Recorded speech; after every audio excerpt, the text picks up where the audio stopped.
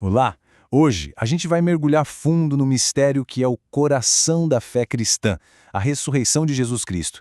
E olha, isso não é só um evento histórico lá do passado, não.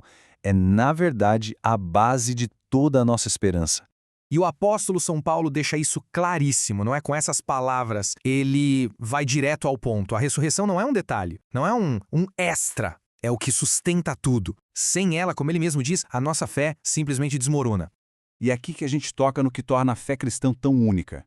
Santo Agostinho tinha uma sacada genial sobre isso. Ele dizia, olha, crer que Cristo morreu, isso não é exclusividade nossa. Muita gente na época acreditava nisso. O verdadeiro tesouro, o que nos define, é crer com todo o coração que ele ressuscitou dos mortos. É isso que muda tudo. E é preciso fazer uma distinção que é crucial. A ressurreição de Cristo não foi uma simples volta à vida, sabe? Como aconteceu com Lázaro, que voltou para essa vida terrena e um dia morreu de novo. Não. A vitória de Cristo foi completa, foi total. Ele ressuscitou para um estado de vida novo, glorioso, vencendo a morte de uma vez por todas. Ok, isso nos leva a uma pergunta bem interessante, uma que o grande Santo Tomás de Aquino investigou a fundo. Por que a ressurreição foi necessária? Quer dizer, se a cruz já tinha sido suficiente para a salvação, por que esse outro passo?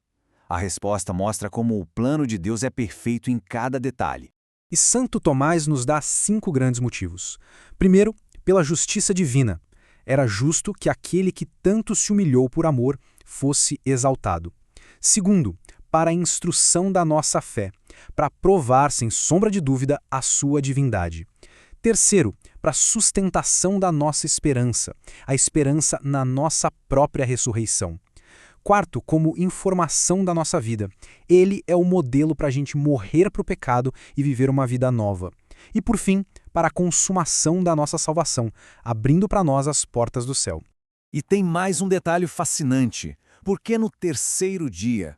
A sabedoria de Deus é incrível. Foi o tempo exato, o equilíbrio perfeito.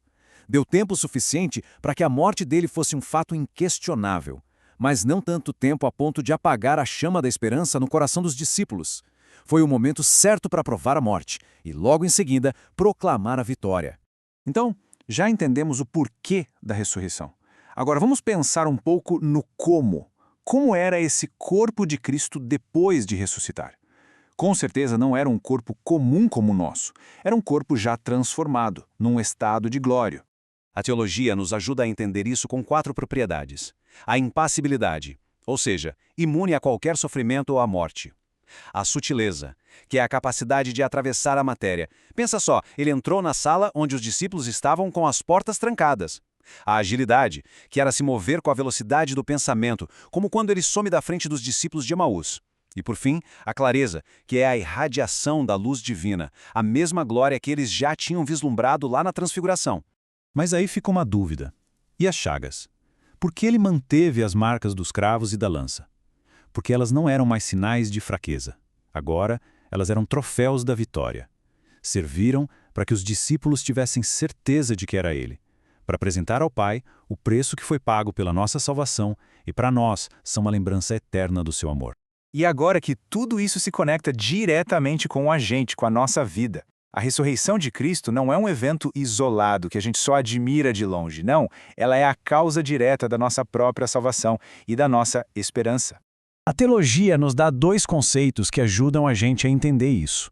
A ressurreição de Cristo é a causa eficiente, ou seja, é o motor, a força que torna a nossa ressurreição possível.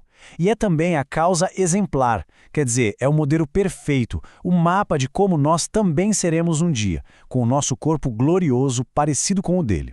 Certo. Agora vamos trazer tudo isso para o nosso dia a dia. Porque a ressurreição não é só uma promessa para um futuro distante. É um chamado para a gente viver de um jeito novo, aqui e agora. Para que um dia a gente possa ressuscitar no corpo, a gente precisa, antes, viver essa ressurreição na alma. E como isso acontece? É um caminho de 3 passos. Primeiro, é preciso despertar daquele sono, da morte espiritual que é o pecado. Segundo, levantar-se para uma vida nova, de graça, através da penitência.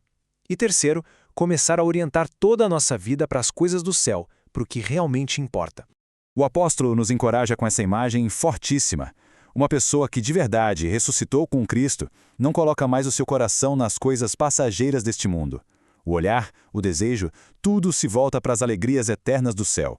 E assim a gente termina com essa provocação. Se a vitória de Cristo sobre a morte é a verdade mais fundamental da nossa fé, como é que essa certeza inabalável pode transformar cada decisão nossa, cada desafio, cada alegria do nosso dia a dia? A esperança da glória futura não é uma fuga do presente, pelo contrário, é a força que ilumina cada passo que a gente dá.